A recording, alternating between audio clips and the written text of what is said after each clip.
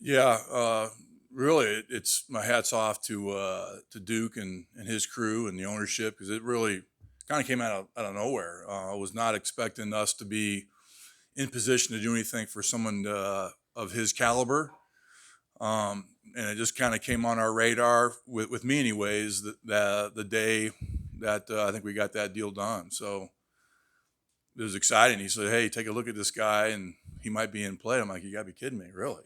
Wow. I was like, so that was surprising. And so, like I mentioned, ownership group and Duke, man, and his crew is like, wow, fantastic. So it's an exciting day for the Bengals. What was your reaction? What was your reaction when the deal did get done? I was like, well, when it officially got done late at night, I guess I was kind of already in bed sleeping. So I woke up to a bunch of text messages early in the morning. I was like, what? It must have went down. I was like, wow. So it was a little surprising. And exciting. So I didn't need much coffee to wake me up that morning. I'll tell you that. That was fun. He's got great length. He's got great size. He's got really good feet for a man his size. He's stout. He can displace people in the run game. And I keep mentioning this. Uh, it's amazing to me that the success he's had on both sides at this level. It's impressive. Really, credit to him. I mean, obviously, so it's pretty fantastic. So he's a talented player, and just getting to know him. And from all accounts, with people that I've checked in on him and his past coaches, past teammates, all had glowing things to say about what kind of a man he is, what kind of a guy he is. So. Frank, there was a report over today that Jonah's requested a trade. Have you talked to him since this has gone down? Yeah, we've reached out to Jonah. I've reached out to Jonah, and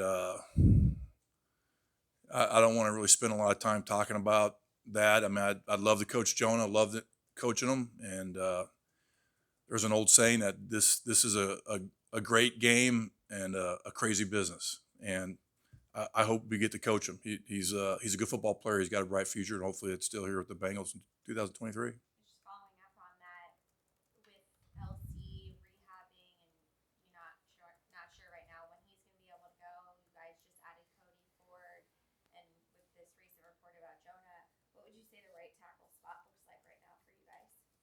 Uh, I guess you could say a little bit undetermined for all the reasons that you brought up. I mean, it's it's March 17th. So happy St. Patty's Day to you guys.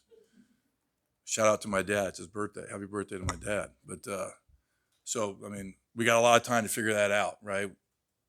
Training camp, off season. So it's we'll line up somebody. I promise that right tackle when we need to. So it'll be fun to figure out how that all works out. That's part of the excitement of being a part of the NFL. But on that note, in terms of the permanence, Orlando was up here saying he feels one of the reasons he signed was he knows he's going to be left tackle here Right. for 4 years. Right. How does it help you to know you've got that guy at your left tackle for 4 years? Right. It's outstanding. It's fantastic. It allows you to kind of hone in on a couple different areas of need and work guys in the rotation on one area as opposed to flip flopping guys and trying to get guys both sides reps. And so that always helps. The more of those type of guys you can get on your line, the better. You mentioned Orlando's length at left tackle. I mean, you have Cordell at left guard. How beneficial is it to have two guys that are that big on one side of your offensive line? It's fantastic. They're both really strong power players, and we got to maximize and take advantage of what those guys do best, and that's definitely one of them. When you said that you had someone came to you and said, check out this guy, when it's a player of Orlando's caliber, I'm sure obviously you're aware of all the Right. very talented offensive linemen. Does it make it easier in terms of you don't have to watch as much film because he's already such a proven player that you're familiar with? Yeah, I mean he's a proven player, but I'm spending most of my time studying our guys and our defensive players that we're going against, not so much offensive players in the league until free agency comes up, and so we'll have areas of guys that we think that we may be able to focus on based on our cap constraints, if you will. And then so you're not really looking at the top tier talent tackles at that time. So it's like, hey, refresh yourself with this guy and take a look at him. It's like, it's easy thing to do at that point. You said the length and the stoutness. Would you think? How would you rate his ability as a run blocker versus a pass blocker? How would I rate them? Well, I mean, which do you think he's better at, I guess is the question. I would say he's probably equally good at both. I mean, you obviously are going to want to put him in situations in the run game where he excels, and we do that with some of the things that we were doing all towards the end of last year. That's what he does, what he's been doing. So I think he's just as equal, excelling at both. I mean, obviously there's a premium on pass protection, especially at the left tackle spot, really at either tackle spot in this modern day football. So, but he's an accomplished player. It's proven, and excited to have him. Can't wait to get on the grass with him. Sorry if they asked you this, Frank, but in 2018, did you work him out? And what was your impression of his combine? I don't think I worked him out in 2018.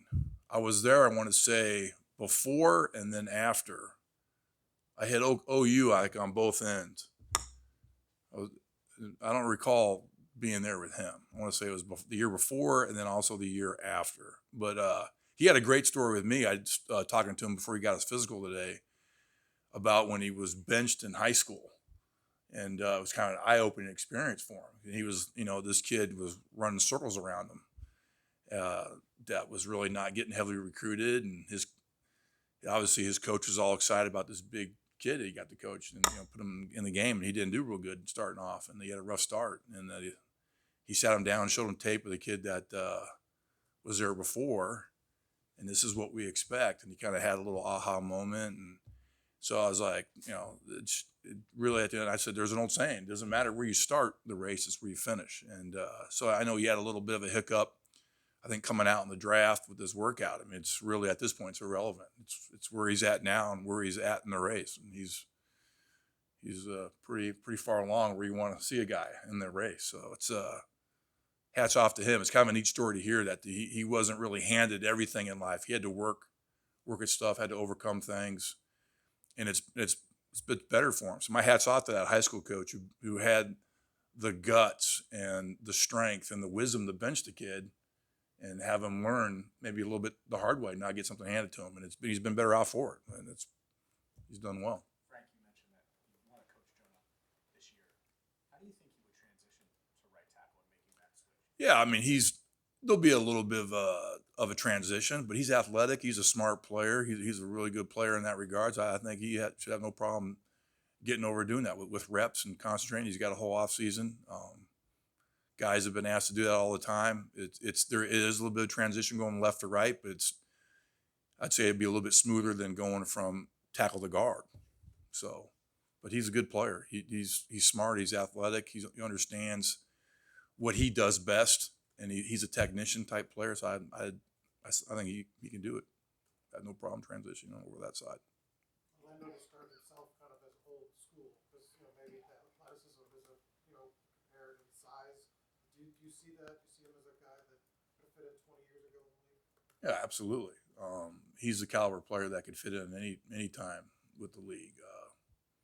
He's talented. I mean, don't let "I'm not athletic" line fool you. I mean, he's a big man and he can move. It's impressive. So it's you got to have a measure of feet to play in space and balance, and he's got that, and he's really coordinated with his feet and hands, working together at the same time independently with his hands. So he's very impressive. There's a lot of speculation from what happened with him and the Chiefs that apparently the Chiefs wanted him to move to right tackle, and then there was also another report that said most NFL teams view him as a right tackle. He said it's really important to him to be a left tackle. Did you view him as someone who could potentially play right tackle, or have you only ever seen him as a left tackle? I see him as an outstanding football player. Like I mentioned, he's excelled at either side, and for this Bengals, he's going to be a left tackle, and I'm excited to have him. He told the story from the 2018 Combine about your guys' meeting with him, and he said he totally botched a question that Marvin asked him. Do you remember that? Do you remember you guys? I wish I did. I'm going to have to look back, but I wish I did. He said Marvin asked him Believe me. the capital of Spain, and he said it was Portugal. And he knew he was wrong, but he knew he'd botch it. I just wondered, and he said a couple other things he didn't do well. Do you guys remember when he walked out of the room, what your... I know this. We will not have that question on any of our playbook or anything on Sunday from the answer, but yeah, it's kind of funny some things that approaches coaches and teams make or take to try to get inside a kid. How, how's he learn, how's he process, and all that stuff, and that that the whole nerves and all that stuff is something you always got to take into account. But yeah, that's funny. You obviously want the player to be able to play well and Right. proficiently at his position, but how much does it matter to you that a guy like Orlando could fit into the room well and understand the culture and all of that of the offense? Well, that's huge to me. That's line one. In the old line room, culture is everything. You've got to earn your fit. It doesn't matter who you are or how you're coming at it into the room. You got to be part of that culture. And I think he's going to be a great part of that culture. He's going to work hard. He's got a great personality. He's not a prima donna. He's not a diva. He's not, he's all about ball. He's got a great lineage, so he understands the history of football in the league and a respect for it, which is kind of cool to see. But that's huge. Culture is everything. It's huge in our locker room, and to me, that's the secret sauce of teams in the league that have success.